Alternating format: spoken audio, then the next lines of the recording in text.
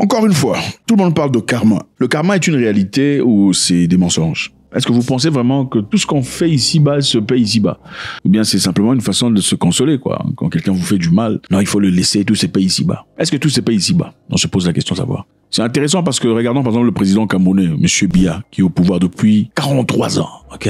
Un homme fort, à 92 ans d'âge, ou 93 ans presque, je sais plus, toujours au pouvoir. Je sais qu'il est accusé par beaucoup de personnes, des choses négatives. Autant il est aimé par certaines personnes. Il y a beaucoup de gens qui n'aiment pas M. Biya. Est-ce que vous pensez que M. Biya paiera de ce qu'il a fait? En tout cas pour ces personnes-là, en parlant de karma. Parce que voilà, est-ce que le karma est réel? Moi, je connais beaucoup de personnes, sans parler de M. Biya évidemment, beaucoup de personnes qui ont fait des choses qu'on considérait atroces, négatives, méchantes. Des gens qui ont pris de l'argent appartenant à des mamans veuves, des femmes des militaires tombées au combat, des gens qui ont détourné l'argent des enfants orphelins, des gens qui ont détourné l'argent des enfants vivant avec le VIH pour leurs intérêts personnels. Mais apparemment, ils ont vécu une vie tout à fait normale, sans avoir vraiment eu des incidences ou des situations. Ils ont eu à payer pour leur karma. Vous pensez vraiment que le karma, c'est un truc qui est vrai ou pas? Et en parlant de karma, les chrétiens ne doivent pas parler de karma. Parce que le karma n'est pas un concept chrétien. Le karma, c'est l'hindouisme. Et je pense qu'il faut être honnête et pas hypocrite. On ne peut pas se servir de l'hindouisme que nombreux chrétiens traitent de sorcellerie ici pour justifier le fait qu'on soit brisé dans le cœur ou vouloir que Dieu punisse une personne. Oh, le karma va te toucher. Mais non, mais le karma, c'est l'hindouisme. Toi, tu es chrétien, tu ne peux pas. Enfin bref, il y a une vidéo très intéressante ici de Monsieur Sarkozy. Salut à tous les amis, c'est toujours avec beaucoup de plaisir. Avant de commencer, est-ce que je peux vous demander de faire ça? Faites ça s'il vous plaît, ça ne vous coûte rien, ça nous fait du bien. Ok, il y a une vidéo ici, on va suivre. Ok, Monsieur Sarkozy a été jeté en prison, éventuellement. Il y a des gens qui ont réagi, des prisonniers. Ils sont prêts à le détruire en prison. Suivant. On va venger Kadhafi en encourant tout Sarko. Sarko, Ziad Tekedjin en encourant. Rends les milliards de dollars. Sarko, il est juste là. Quartier isolé. Il est tout seul en cellule. Il vient d'arriver mardi 20 octobre 2025. Il va passer une mauvaise attention. Et voilà, on a clairement flouté la partie là pour pas que l'on sache où se trouve Sarko exactement. Parce qu'on ne sait pas à quelle extension cette vidéo, quelle portée cette vidéo va aller. Et qui verra la vidéo et qui peut-être dans l'immeuble où se trouve Sarkozy se servirait de ces informations pour aller chercher Sarkozy. Sarkozy est dans le pétrin total. Est-ce qu'il aurait pu une seule fois s'imaginer qu'il se retrouverait dans ces conditions? Ouais, comment la vie est bizarre. La vie est très bizarre. La vie, on ne sait pas où on va, on ne comprend jamais où ça s'arrête. C'est ça la vie. Quelqu'un disait, quand vous décollez dans la vie, ne crachez pas pour ceux qui sont restés en bas. Parce que ce sont les mêmes personnes que vous rencontrerez pendant que vous prendrez l'échelle pour descendre. Si ça vous arrive. Quand vous prenez l'avion pour décoller dans la vie, ok? Quand tout va bien, l'argent coule à flot, tout est bien pour vous. Ne crachez pas sur ceux qui sont en bas. Parce que ce sont les mêmes personnes que vous rencontrerez en cas d'atterrissage forcé. Monsieur Sarkozy est là. Alors, qu'est-ce qui s'est passé? Monsieur Sarkozy, évidemment, comme vous le savez, était ministre de l'Intérieur quand il est parti en Libye pour discuter avec monsieur Kadhafi. Kadhafi, à l'époque, n'était pas aimé de gens du tout. Pourquoi? Parce qu'il avait bloqué son pays de tout commerce international. Tout ce qu'il y avait comme investissement occidental n'était pas autorisé en Libye. Pourquoi? Parce que la Libye n'en avait pas besoin. Ils avaient assez d'argent et d'opportunités, de possibilités pour tout le monde. Monsieur Tony Blair et George Bush ne l'aimaient pas du tout. Okay. Ça s'est arrêté au moment où Kadhafi a décidé d'ouvrir un tout petit peu la porte. Donc tout ce qu'il y avait comme McDonald's, KFC, Amazon, Bazaar n'existait pas en Libye. Voilà pourquoi on vous dit le monde est un marché. Votre pays est simplement un marché. Voilà pourquoi on a créé votre pays. Pour en faire un marché. Un marché qu'on appelle quoi? Gabon. Un marché qu'on appelle quoi? Sénégal. Un marché qu'on appelle quoi? Bénin. C'est un marché avec des limitations. La colonisation, c'était pour créer des marchés. C'est-à-dire, si votre pays n'ouvre pas sa porte au marché international, vous avez des problèmes. Regardez l'histoire, ok?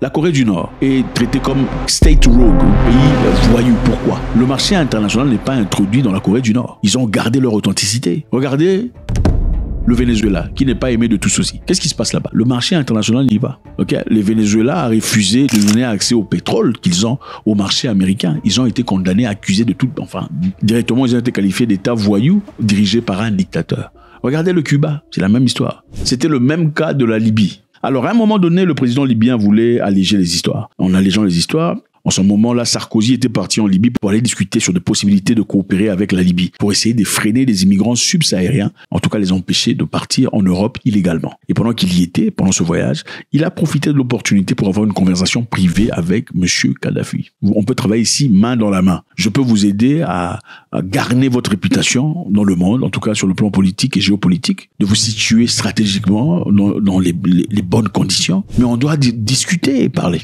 Alors, qu'est-ce qu'il voulait en retour? Monsieur Sarkozy avait des ambitions. Il voulait devenir président de la République française. Et avec ça, évidemment, pour faire ça, il faut subvenir aux besoins des campagnes. Et l'argent, il sort où? C'est alors là que monsieur Kadhafi, dans sa générosité et gentillesse, a soutenu Sarkozy. Ok? Kadhafi a soutenu Sarkozy dans sa campagne à la présidence. Sarkozy est devenu président. Quelque temps plus tard, Sarkozy a trahi Kadhafi. C'est ça. En 2011, Sarkozy a joué un rôle très important dans la déstabilisation, en accord avec l'OTAN, de monsieur Mouammar Kadhafi.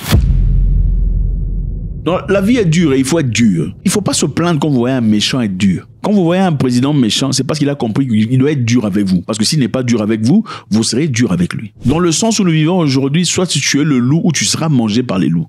C'est à toi de voir. S'il te faudra protéger ta progéniture jusqu'à ce qu'on arrive à un point où on peut se comprendre en tant qu'humain, se respecter et vivre en paix. Alors Kadhafi était appelé dictateur par les pays internationaux. Pourquoi? Parce qu'évidemment, il voulait que l'Afrique soit solide. Il voulait inciter sa population à une fierté nationale, fierté continentale. Kadhafi, je vous rappelle, c'est le seul pays non démocratique où à chaque fois qu'il y avait des ventes de pétrole ou pétroleum du pays, chaque individu dans le pays recevait un pourcentage.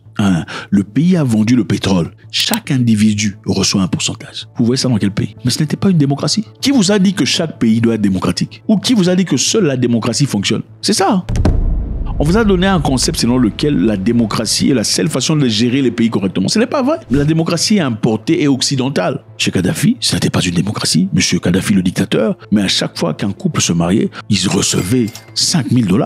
Chez Kadhafi, un lieu de dictature, à chaque fois qu'ils avaient un enfant, on leur donnait un appartement. C'est une dictature. Chez Kadhafi, à chaque fois qu'une personne était gravement malade, il y avait besoin de soins venant de l'étranger ou d'un pays ou d'une institution basée à l'étranger, le gouvernement s'assurait de disponibiliser de l'argent afin que cette personne parte se faire soigner, accompagnée de membres de sa famille. Tout frais payé par le gouvernement. C'était pas une démocratie. Vous voyez? Alors il était important, numéro 1, de montrer au monde que le système qui fonctionne, c'est seulement la démocratie. Alors comment on le fait? En tuant Kadhafi. Numéro 2, le dinar. Monsieur Kadhafi poussait l'agenda du dinar. Parce qu'il se dit, attendez, depuis quand on nous a dit qu'avoir un petit bout de papier, c'est synonyme d'argent? Qui a commencé cette histoire? En fait, qui a donné de la valeur à un petit bout de papier, comme ça? Qui a donné de la valeur à ça? Depuis quand ça a de la valeur? Depuis quand ça a de la valeur? Ça n'a pas de sens. Un petit bout de papier, on a dessiné, on a écrit, je sais pas quoi là, 1, 0, 0. Ça a de la valeur? Depuis quand? Pourtant, nous qui sommes traités de pauvres, apparemment, nous avons tout ce qu'il faut dans le monde. Nous avons l'or, le diamant, l'uranium, l'étain, les reins, le coltan, tout ce dont ils ont besoin pour la technologie, pour l'avancement, le progrès, se trouve chez nous. Alors comment ça se fait que nous soyons pauvres, eux sont riches? Ce n'est pas, c'est complètement incohérent. Alors créons le dinar. Le dinar est une monnaie basée sur l'or qui permettra à ce qu'on voit et maintenant qui sera... Voilà. Et si le projet du dinar avait avancé, ça aurait eu un effet d'une bombe à fragmentation contre le dollar. Donc la valeur du dollar aurait succombé totalement. Donc il était important pour les Américains de tuer Kadhafi parce qu'il était trop en avance. Et je pense qu'il y a une leçon très intéressante à apprendre ici. Certaines idées dans la vie, il faut garder à l'intérieur. Ok? Certaines idées de la vie, de progrès, d'avancement, d'amélioration, de changement, il faut garder à l'intérieur. Ne dites à personne jusqu'à ce que vous soyez prêt. Kadhafi avait des belles idées, mais ses idées n'étaient pas encore prêtes. Son idée de dinar était absolument majestueuse, mais ce n'était pas encore prêt. Voilà pourquoi on l'a éliminé si on ne le savait pas. Peut-être qu'il serait toujours vivant. Donc c'est ça. Alors M. Sarkozy est là. Le ministre de l'Intérieur, Laurent Nunez, a dit, dû au danger que court M. le Président ou ex-président Sarkozy, 2 policiers ont été assignés pour la protection de Sarkozy de manière permanente en prison. Ils vont dormir dans la cellule juste à côté, en face de M. Sarkozy. M. Sarkozy a été placé dans un lieu d'isolement ou quelque chose de comme ça, en détention privée, quoi, pour pas qu'il soit parmi tout le monde. C'est une façon de le protéger. Mais la question qui se pose ici, c'est si les 2 policiers là veulent le faire mal ou s'ils veulent qu'ils prennent 2 ou 3 coups, vous pensez que c'est impossible? Ils peuvent faire semblant, on était un peu distrait, et puis un détenu ou des 2 ou 3 ou 4 ont fait un truc. Regarde, suivons encore la vidéo pour voir. Le monsieur qui parle ici s'en fout éperdument. Il est certainement, partant de son accent et son nom, une personne originaire des Maghreb. Suivons encore une fois. On va venger Kadhafi. En courant tout, Sarko. On va venger Kadhafi. Sarko, Ziad Takedine, en courant. Ah, il a donné son nom. Sarko Ziad Takedine. Il donne son nom, c'est-à-dire qu'il a même pas peur. Ok? Sarko Ziad Takedine, c'est moi ici. On va venger Kadhafi. On est au courant de tout, on sait où tu es. Continuons. Rends les milliards de dollars.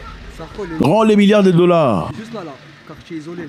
Il est tout seul en cellule, il vient d'arriver mardi 20 octobre 2025. Le karma existe ou pas? Point d'interrogation. Faites-moi savoir ce que vous en pensez. Balancez un commentaire toujours dans le plaisir total. God bless.